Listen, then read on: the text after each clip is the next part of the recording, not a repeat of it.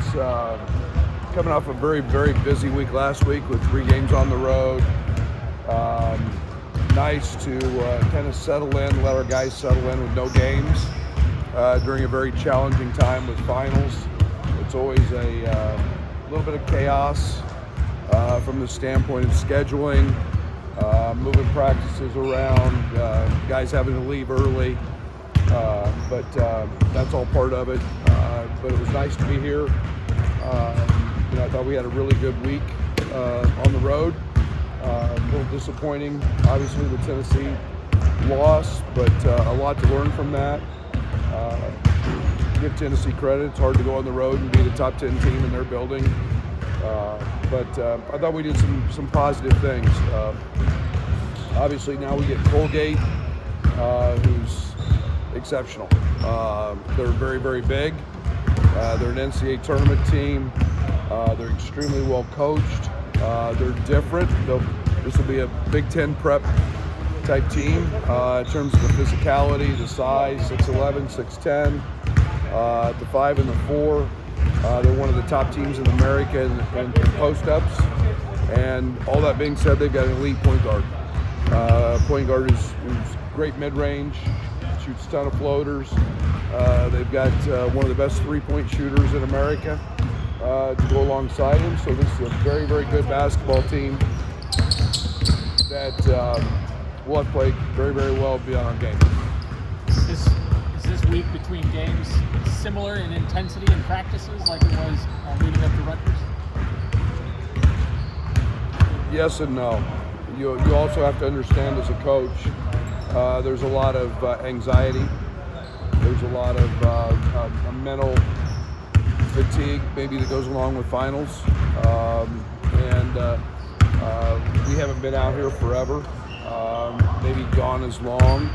I thought we had very good days on Monday, Tuesday. Wednesday was just kind of an individual day. We touched on some things then.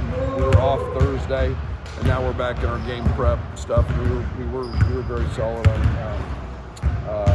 on that end of things. So just a little different mindset when we're dealing with finals, but it's been good. Kind of a 9-game sample size with Ty primarily at point. What have you seen from him? You talked about maybe a conversation you had with Chester about being more vocal. How have you seen him step into that role? Yeah, I think it's a really hard position to play. It's your quarterback. You can't just know what you do. You have to know what everybody else does. You have to know who zigs and who zags, so to speak. And he's done very, very well. He's been exceptional on the defensive side. That's been my biggest concern, to be very honest, was making sure that there was comfort there. He's been really, really good. His size, his length, his athleticism, his strength, getting over ball screens has been very good. He's playing really unselfish. He's making a lot of the right reads, so I've been very, very comfortable with him. And again, that's a tribute to him and how hard he's worked. Just the minutes from games have been kind of up and down. Has that been about matchups, or you want to see more from him? Oh, it's almost all matchups. It's been matchups. It's been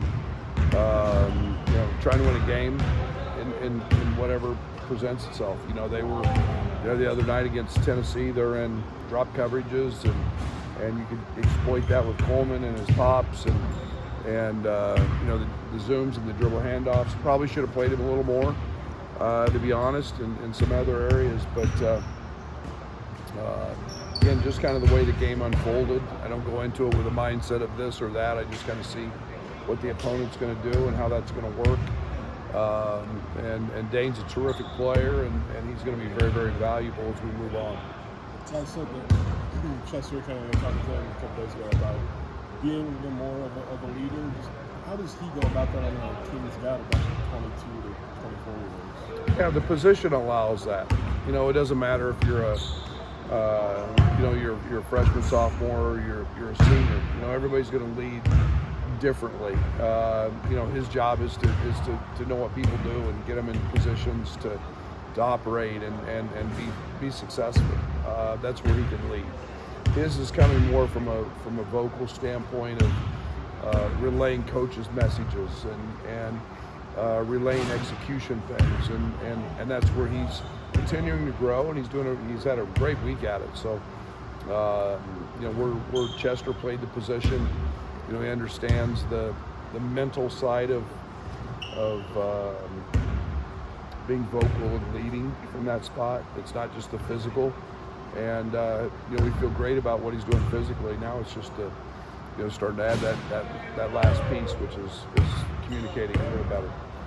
Seems like I remember in past years you were talking about how much you relish the opportunities for these long practice weeks to kind of mold your team. What is it that you try to accomplish when you have so many days without a game there? Yeah, they're us days.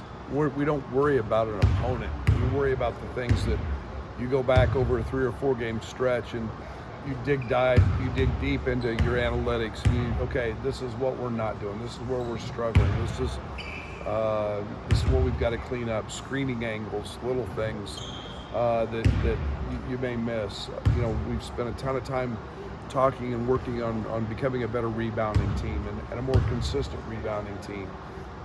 Those are all things that you can really spend a good amount of time on when you have long breaks, and you don't ever want to forget about them, when you get into game prep. But we spent a ton of time today on and this week on things that we needed to clean up, and that's the beauty of these long breaks. We talk a lot about role identification. When you've got a team with this kind of experience, does that come together quicker, more easily? Or? No, I don't think so. I think some of it happens organically. I think some of it is game to game. I think role identification. I want more consistent play out of our bench. I thought Luke was great the other night at Tennessee. He had 7 rebounds, but he had 6.5. I want to make sure we've got, we're getting just and consistent play. We're Dane, that there's more productivity. It's not just as much based on what the opponent does, but it becomes more about what we do. I've coached a little more early based on opponent matchups and so on and so forth. I'm going to try to get back to, okay, stop us. This is what we're doing. But we've got to become really consistent in that role identification, coming off the bench, being productive. You guys know I value that more than I value who starts.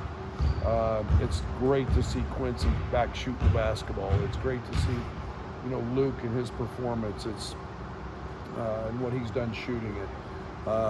Consistent play from Coleman. And it's just, we're getting there. We're not there yet. That's why I keep telling you. I love Amani. I love Draven. What those guys can do from a talent standpoint. It's just getting everybody comfortable. And I value our bench so much. It's one of the areas that we're continuing to grow. I guess looking for that consistency. Do you feel like the team maybe knows what's being asked of them? They know what that role is? I think so. I think so. I think we're one of the few teams in college basketball that's ranked really high. I don't know our numbers. I don't know offensively and defensively. I think our efficiency's pretty good on both ends. But there's a reason we got to defend and rebound. And, the first half of Tennessee was great. We shot 34% and we led. But we were great on the glass. We get out rebounded the second half, we lose. And this team understanding what winning is and what leads to winning will help them understand their own roles individually.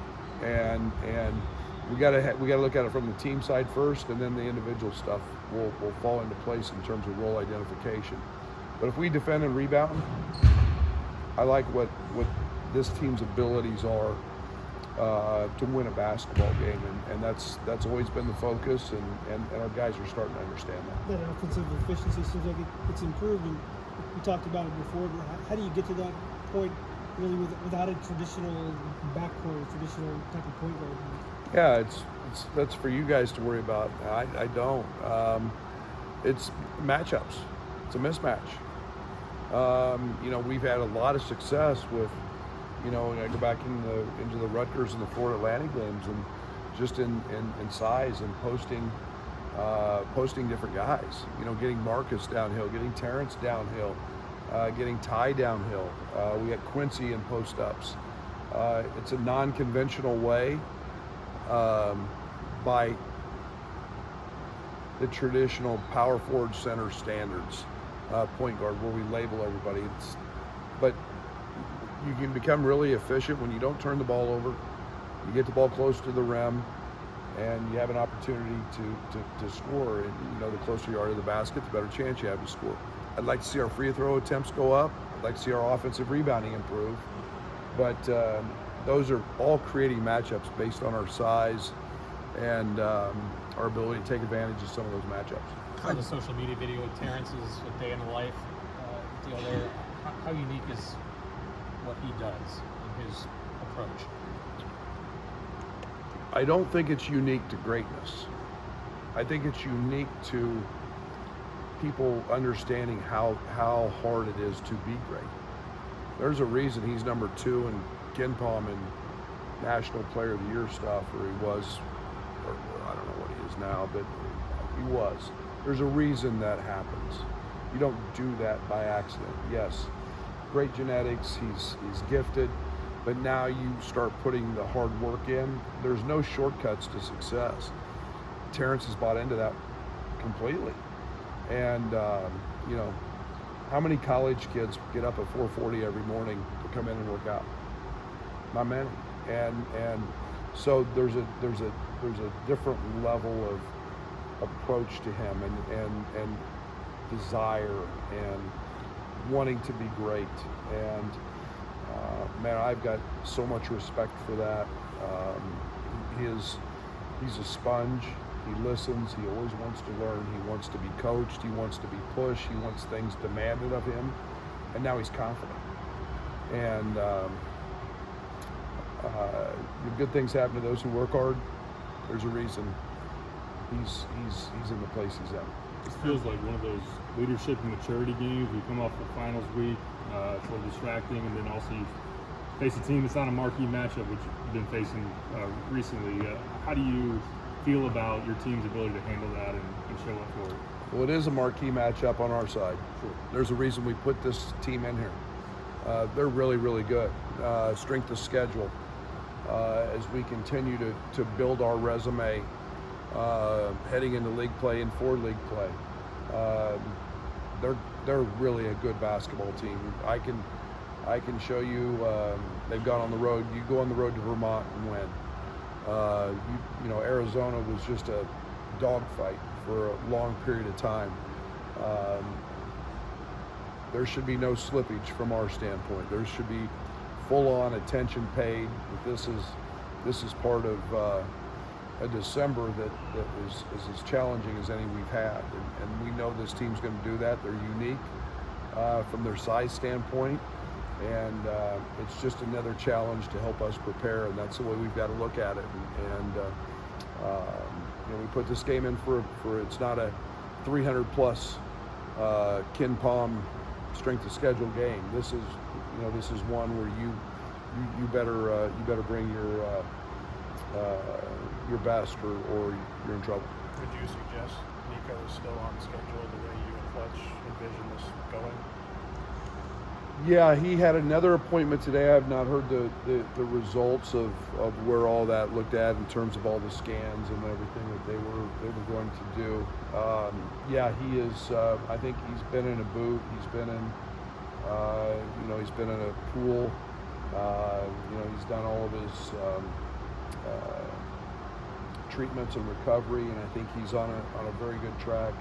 Obviously, the scans will tell us a clearer picture of what that looks like, but he says it's feeling better, and that's probably the most important thing, is that his physical and mental is in a place where he feels really good. That doesn't sound like he'll be available on Sunday, or is that still to be determined? He will not be.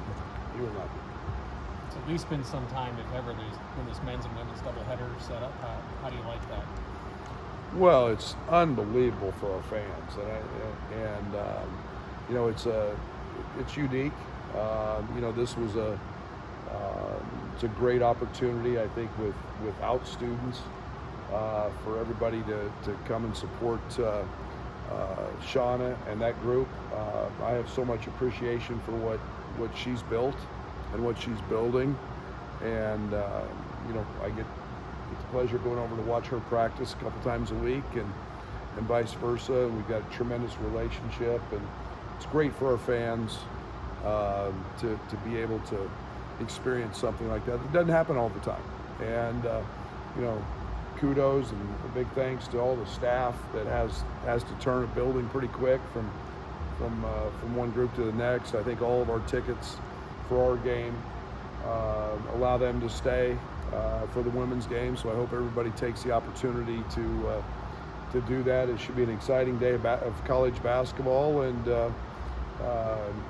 two great opponents playing our teams, and so I'm excited that to be a part of that, and we get to do that. Prior to the appointment today, was there a timeline you were hoping for with Nico? No. I think, Derek, I've learned not to put a timeline on everybody's cases are a little bit different. Everybody's individuals a little bit different, how their body heals, how they react to certain stress points and so on. So we'll get him when we get him, and the most important thing is that I know how hard he's working and how quickly he wants to be back. So we'll just see what the procedures tell us and the scans tell us, and we'll go from there. Ty had talked about wanting to be a little more himself, a little more aggressive out there. How do you guys help get him there and get him to that level that works? Yeah, that's a fine line. We want him to be aggressive because he's an explosive athlete, and he can play way above the rim. He's fast, he's strong, and you've got to find that comfort. Aggressive doesn't mean fast.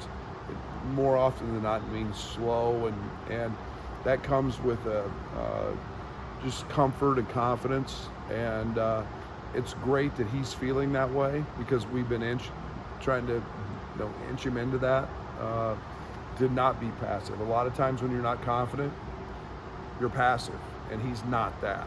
So we're in a really good place, and we've got to be kind of hands-on how we monitor that, but it's a great mindset for him to have.